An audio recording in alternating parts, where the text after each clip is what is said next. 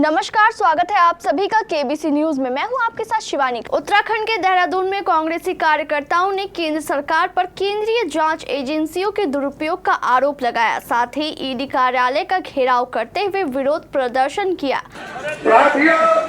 जिस तरह से मोदी की सरकार ने पूरे देश की परिसंपत्तियों को बेच दिया है, सिर्फ 2 लोग खरीद रहे हैं, पूरा देश देख रहा है। जहां उद्योगपतियों का 27 लाख करोड़ रुपया माफ कर दिया है। मौके पर मौजूद कांग्रेसी कार्यकर्ताओं ने हमारे देहरादून संवाददाता बॉबी राणा को बताया कि जिस तरह से ईडी का जो है दुरुपयोग किया जा रहा है, आज पूरे सिर्फ उत्तराखंड की बात नहीं करूंगी, पूरे भारतवर्ष की बात करूंगी कि भाजपा सरकार जिसको चाहती है उसी को जेल में डालती है। केवल ईडी एक उसका माध्यम मिला हुआ है और ईडी के माध्यम से ही जो है दुरुपयोग किया जा रहा है।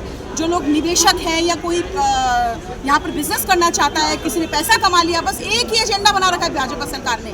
और नेताओं के लिए तो इतना ज़्यादा बुरा हाल किया हुआ है कि कोई भी नेता अगर सर उठाएगा बीजेपी के खिलाफ तो उसको सीधा जेल में डाला जाएगा। तो इससे बड़ा और क्या वो हो सकता है, दुर्भाग्य हो सकता है उत्तराखंड का, पूरे देश का। क्या भाजपा सरकार ने जो है अपनी एक एजेंडा चला रखा है कि अपना ईडी घुमाइए। आप माधवी जी को ले लीजिए, माधवी जी को जो है अपने कंपनी में जो है शेयर होल्डर बना दिया जाता है, उनको जो है डायरेक्टरशिप दे दी जाती है। तो ये सोचने वाली बात है कि किस तरीके से आप इसको मैनेज करेंगे। अपने ही लोगों को आप कमाऊ का एक साधन बना रहे हैं कि वो लोग जो है आप ही के लोग, आप ही की कंपनी बनाई हुई और आप ही का पैसा। तो ये पैसे का भी दुरुपयोग हो रहा है और जो है गरीब लोगों के साथ भी देखिए, जो छोटे जो व्यापारी हैं या छोटे लोग हैं उनको इनकम टैक्स में फंसाया जा रहा है। हम लोग भी बिजनेस करते हैं, हम भी इनकी इनकम टैक्स की आड़ में आ रखे। तो किस तरीके से इसको देखा जाए। और आज मैं मानती हूँ कि पूरे भारत में इसकी आग जो है जल चुकी है कि ईडी को अब नहीं बख्शा जाएगा। अगर ईडी किसी का दुरुपयोग करेगी या एक आम आदमी का या पार्टियों का इस तरीके से बुलाया जा रहा है, इस तरीके से जेल में डाल दिया जाता है और ठीक चुनाव से पहले, आप ये देखिए, तो उसके खिलाफ एक हम लोगों ने अपनी आवाज़ जो है उठा ली है। हमारे साथ पूरा उत्तराखंड आज सड़कों पर है, आप देखिएगा, आज आपको दिखाई दे रहा होगा यहाँ पर। तो इसके खिलाफ हम उग्र आंदोलन करेंगे कि अगर ईडी का दुरुपयोग बंद नहीं किया गया तो ये आंदोलन इसी तरीके से जारी रहेगा। इसके अंदर इस समय कांग्रेस के कार्यकर्ता देश के सारे प्रांतों में, राजधानियों में ईडी के खिलाफ प्रदर्शन कर रहे हैं। इस बात के लिए इतना बड़ा महाघोटाला, अडानी महाघोटाला, हिंडनबर्ग का जो खुलासा हुआ है, उसके मामले में ईडी जिस प्रकार से मौन है, कोई किसी प्रकार का संज्ञान नहीं ले रही है। अरे भैया, पूरे देश में विपक्षी पार्टियों के नेताओं के खिलाफ जिस प्रकार से ईडी एक्शन करती है, जेल में भेजती है, उनके खिलाफ छापेमारी करती है, आज इतना बड़ा महाघोटाला हो गया और हिंडनबर्ग की रिपोर्ट उसको साबित कर रही है प्रथम दृष्टया कि सेबी प्रमुख की संलिप्तता उसमें है। लेकिन ईडी कहाँ है, इनकम टैक्स कहाँ है, सीबीआई कहाँ है, केवल विपक्षी पार्टियों के लिए। जिस प्रकार से ईडी का इस्तेमाल हथियार के रूप में भारतीय जनता पार्टी की सरकार पिछले 10 साल से कर रही है, उसके खिलाफ आज हमारा ईडी मुख्यालय पर प्रदर्शन है पूरे देश में। देखिए, आज हम लोग हिंडनबर्ग की जो रिपोर्ट है उसके आधार पर अडानी और चेयरपर्सन के बीच में ताल्लुकात है, जिस तरीके से उनके शेयर्स, उनके हस्बैंड के शेयर्स निकल के आए हैं, उससे पूरे देश पर खलबली है। और जो पैसा डूबा है स्टॉक मार्केट में, वो ना तो सरकार का डूबा है, अडानी का, ना अंबानी का, वो पैसा डूबा है एक आम नागरिक का, जिसने अपने खून पसीने की कमाई शेयर्स में लगाई, वो डूबे। तो जानने का अधिकार है भारत की जनता को कि उनके पैसे का दुरुपयोग कहाँ हुआ।